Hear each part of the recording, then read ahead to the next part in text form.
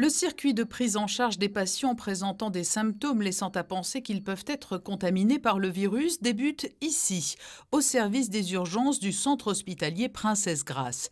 Il est important de rappeler qu'il est demandé de ne pas se rendre directement aux urgences, mais de contacter tout d'abord les pompiers qui se chargent du transfert lorsque cela est nécessaire. Le but est de faire en sorte que les patients arrivent tout de suite dans la bonne structure où ils vont être isolés du reste du public pour éviter une possible transmission croisée, dans un endroit sécurisé où spécifiquement on va les prendre en charge pour tester et surtout pour s'assurer qu'ils n'aient pas la maladie à coronavirus. Le patient est pris en charge dans l'unité de confinement par des personnels médicaux et paramédicaux. Tout débute par un entretien avec un médecin. Vous avez été amené par les pompiers parce que vous avez compris, la provenance géographique et les signes que vous présentez sont compatibles avec une maladie à virus type coronavirus.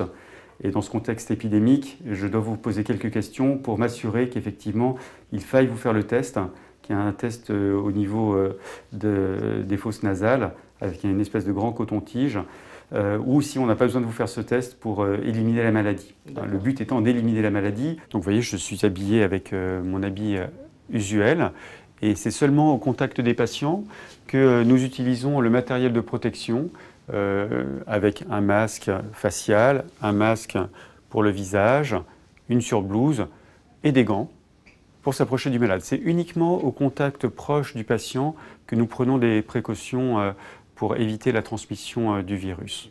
Une fois l'interrogatoire et l'examen clinique avec le médecin achevés et si le patient semble présenter une possibilité de contamination, un test est alors effectué. Avec une espèce de grand coton-tige, l'infirmier ou le médecin va prélever au niveau des cavités faciales, en passant par le nez et en passant par la bouche, du liquide biologique, des cellules dans lesquelles pourrait se trouver le virus qui ensuite va être adressé au laboratoire pour identification. Allez, on est parti, monsieur. Allez, respirez par la bouche. Voilà, ça c'est pour un. Maintenant, on fait le deuxième, donc pareil. Allez, je pénètre dans la narine. Allez, super, merci monsieur. Remettez votre masque. Très bien. Chaque jour, ce sont ainsi en moyenne une vingtaine de personnes qui sont amenées dans cette unité et 5 tests en moyenne toujours sont pratiqués. Un patient qui serait aujourd'hui détecté positif aurait 2 possibilités.